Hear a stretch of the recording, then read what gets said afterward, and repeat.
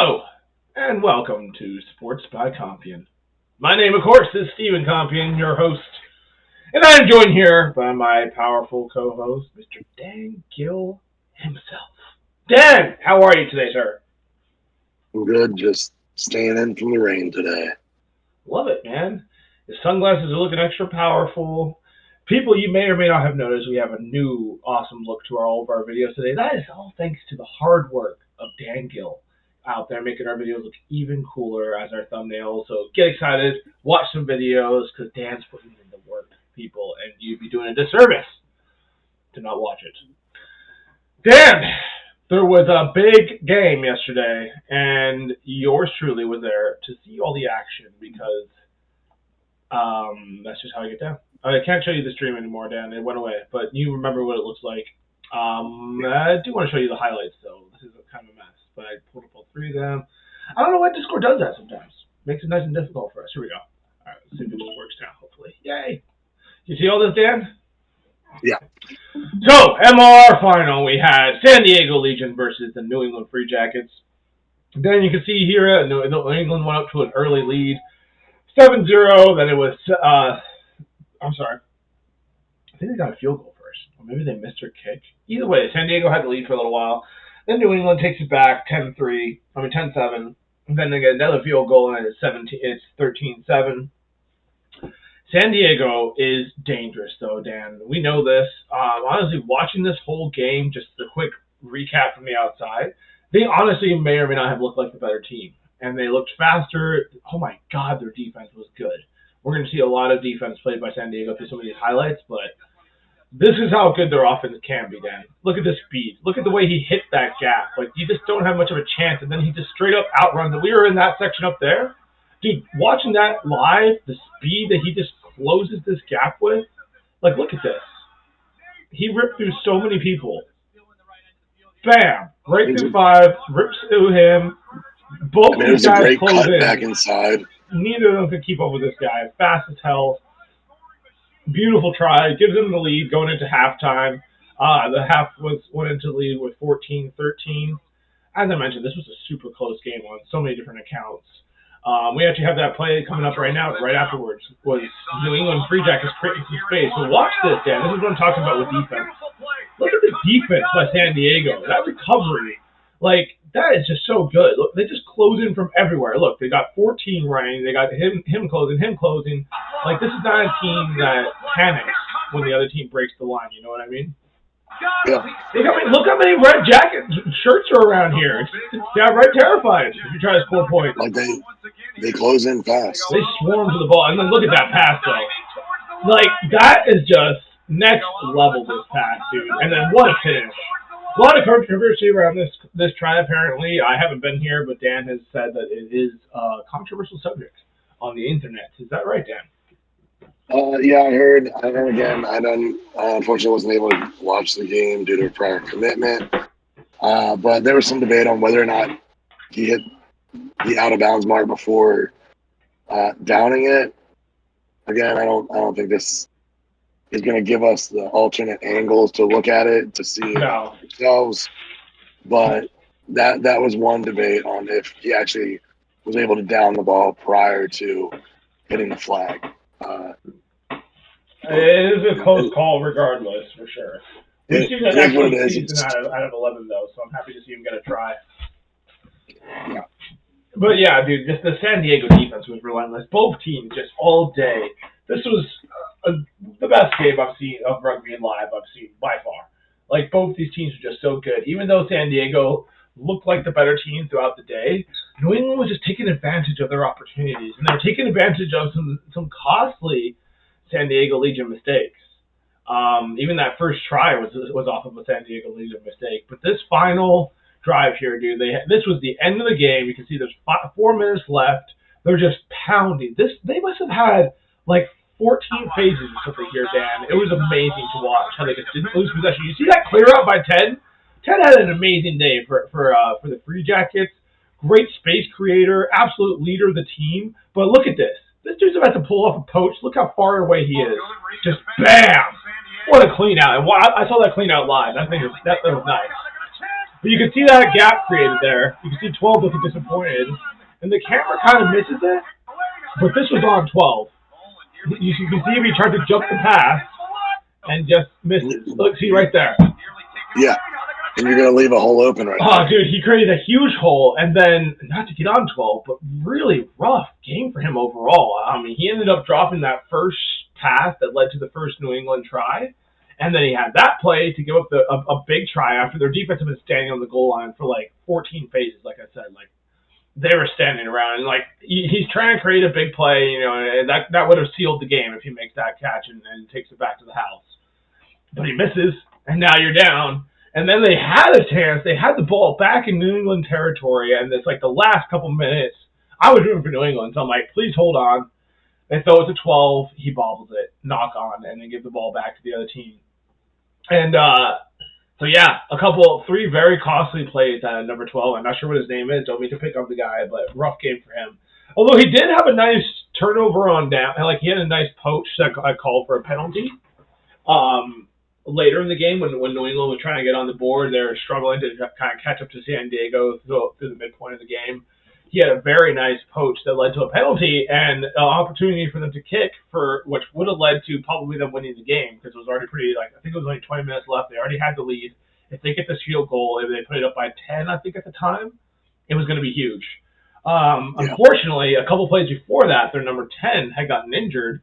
And so the replacement was brought on. Not going to put it on him, but he did miss.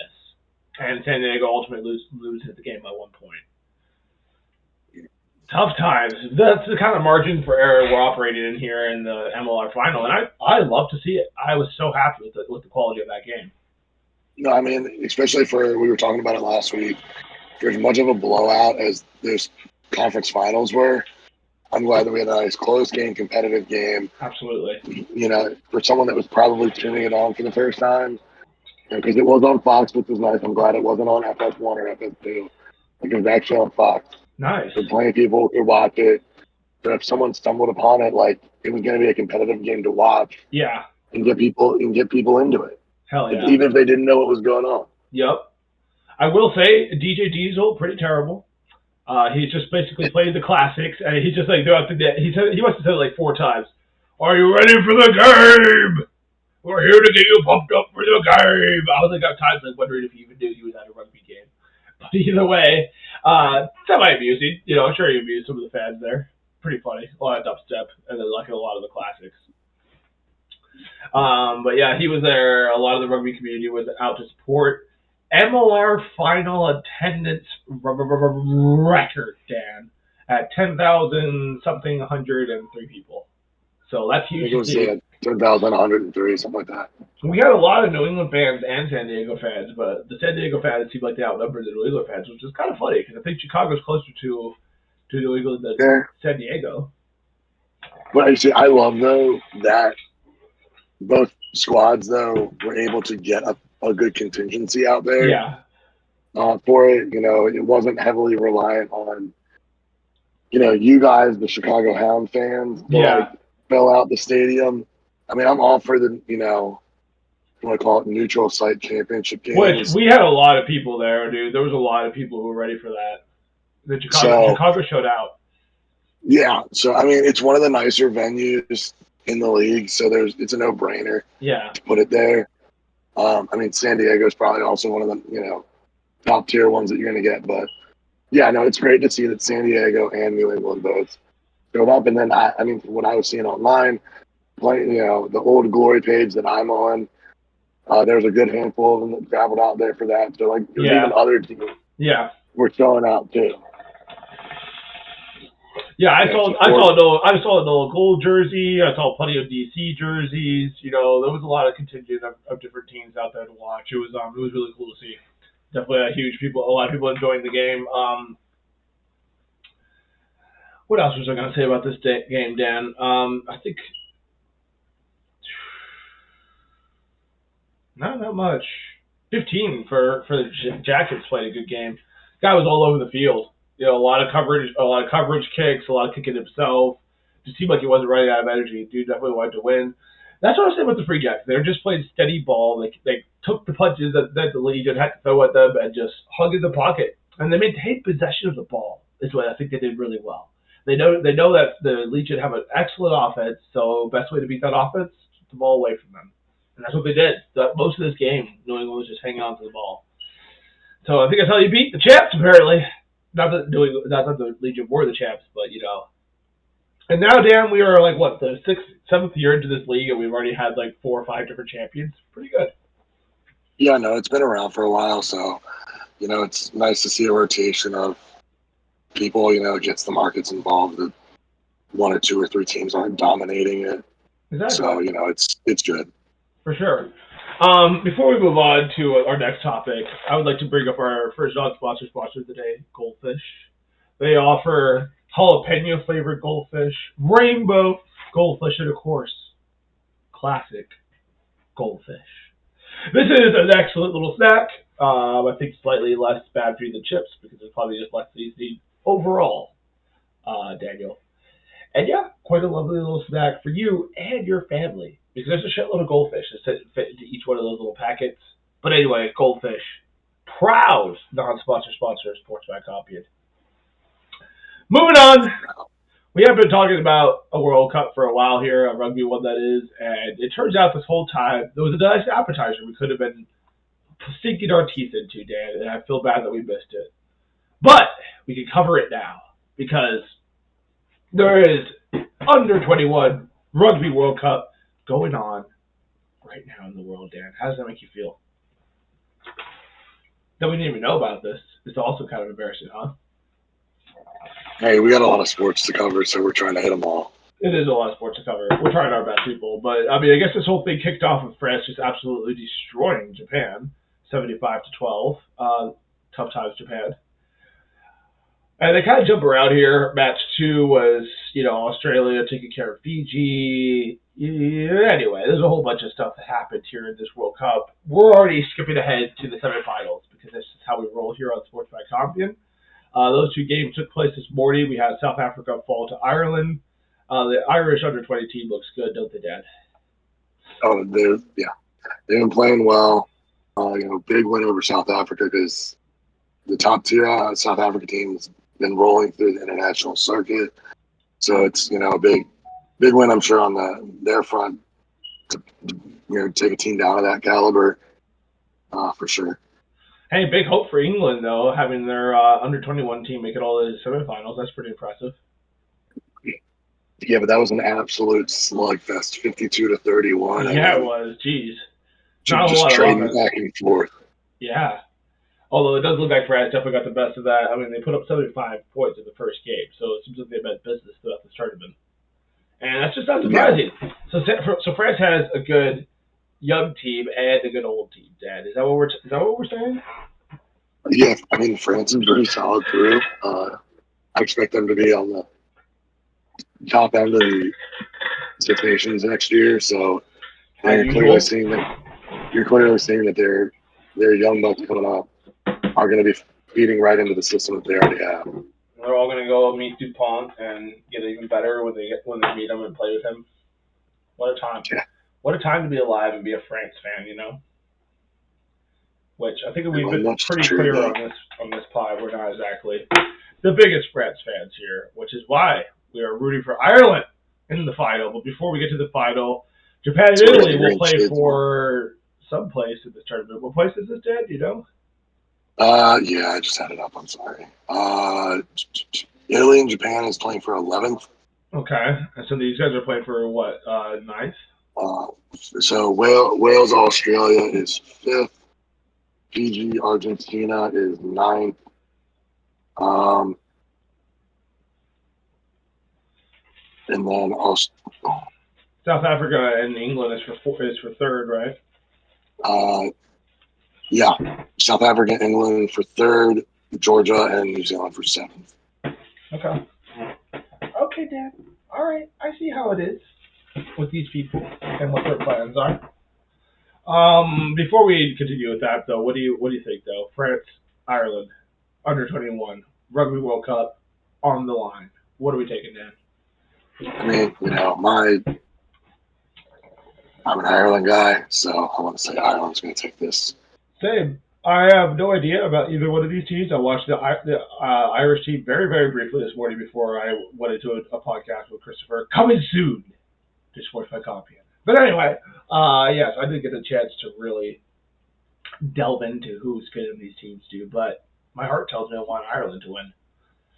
But my brain says France may or may not win this one. So we're taking Ireland though, right? I'm taking Ireland. We're taking Ireland. Unanimous decision. Georgia, New England. This is cool for Georgia that they get to have a game like this against a young New Zealand team. But I think New Zealand takes this. What do you think, Dad? Yeah, but I mean, we've been talking about Georgia for a while now. Something's going to give with them. We talked whether or not they should join Six Nations. Just make it 7, or could do some relegation system. They've been, dominating the Champion Series for a while now, being one of the more consistent top of the table teams. So it doesn't surprise me that their youth program is finishing so high. And they're middle of the table for it, playing for 7th. But I think it's promising to show what they're going to do. Yeah, hopefully they can finish strong against New Zealand. And then we have South Africa trying to finish strong against England. This would be huge for England if they could take 3rd. It's been a bit of a disappointing year for them. There's some doubt about their ability for this coming World Cup. It'd be big to finish strong here. Yeah, I mean, England top to bottom needs help. But this is going to be a big one if they can pull it off. But I don't know if they're going to do it. And South Africa is hungry. They look good when they're in that. It was like the first 20 minutes or so I watched. There was no scoring, so they're kind of right there with Ireland. They didn't get completely blown out by them, at least. And then Fiji, Argentina. This is an interesting game. I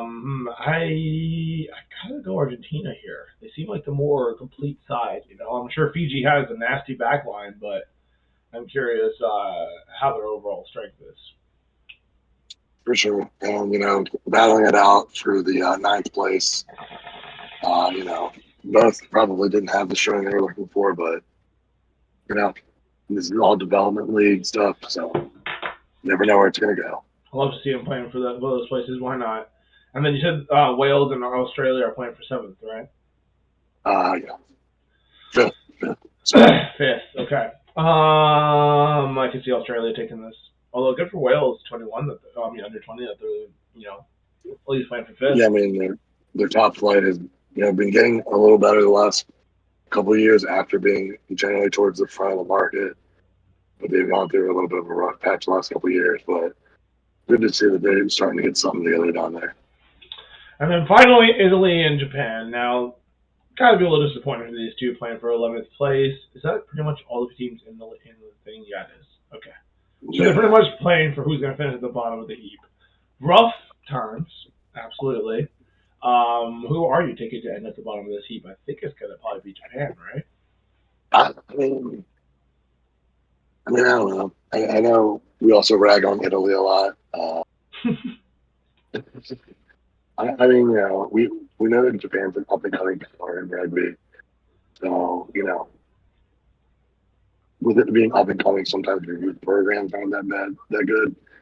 But, this one I could toss a coin on to where it could go.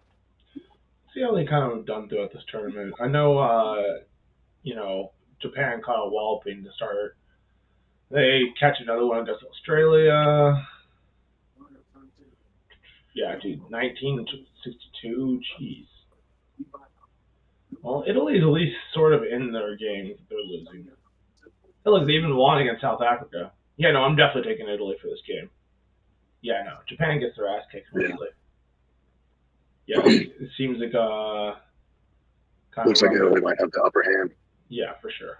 No, yeah, Italy has the upper hand, and it'd be good for them to actually, not completely suck for all their hopes and dreams that they have going on in their lives. Yeah, so that's pretty much what's going on there in the under 20 World Cup action.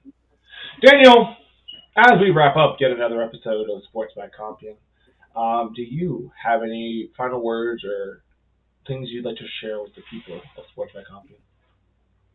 Yeah, no, I know we are a little bit out from the XFL season, but exciting news came down over the weekend Oh, right. that the Indoor Football League, which is the arena league, Uh-huh. is now, because last year they started this partnership with the XFL, and now they are announcing the first annual combine with the XFL, and I believe it's going to take place in early August. So it's an exclusive combine for Indoor Football League players to try out in front of XFL coaches and personnel to get invitations to their camps to get to sign and move up. So we've talked about this. Are we Yeah. going to build a hierarchy in the football system from NFL to USFL, XFL, and then the arenas down? It's a whole other episode in itself. But it's Yeah. nice to see that they're taking this one step further. Because additionally, it's like a two-way deal here too. So like guys that might not make the XFL rosters and stuff like that, they get cut.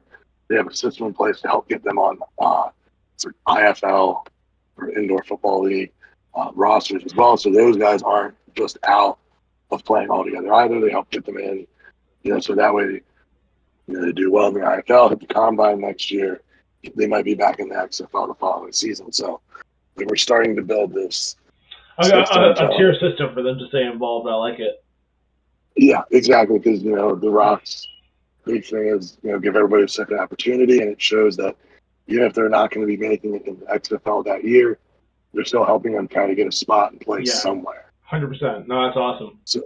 So I think it'll be interesting to see how many guys move up from the IFL into the XFL. Because obviously you got to see who doesn't make NFL rosters and come down. So, but just the mere idea that they're going to have this system is good, and who knows what other testing things might come out of it between the two of them, whether it's rules or whatever that may be. Just have to wait and see where it goes. I like it, man. That's exciting times. Hierarchy of football being created. Yeah. So for the five people of Sports by Compian, I do have a quick little message for you here. Just got back into a book, Rich Dad Poor Dad. Listened to it back in the day. Completely changed my perspective on finances, personal finances. Something everyone should read. I think it should be just a required reading. But he talks a lot about how he had his own dad, who was a very highly educated man and who always advocated for high education and government jobs and basically working for somebody. And his rich dad, who was basically an entrepreneur and never even graduated 8th grade, would always talk about working for yourself, buying a company, earning income in other ways besides just working. But anyway, great book. You guys should all read it. But there's one line in there that I read that I thought was pretty cool. He said, "My poor dad would always talk about how money is the root of all evil, whereas my rich dad would always talk about how lack of money is the root of all evil." So keep that in mind, people. However you want to play this game, do it, but then maybe don't be mad that somebody else is playing it a completely different way and doing better. And if you don't want to change up your strategy, don't be surprised when you're losing. Anyway, Sports by Compian. Out.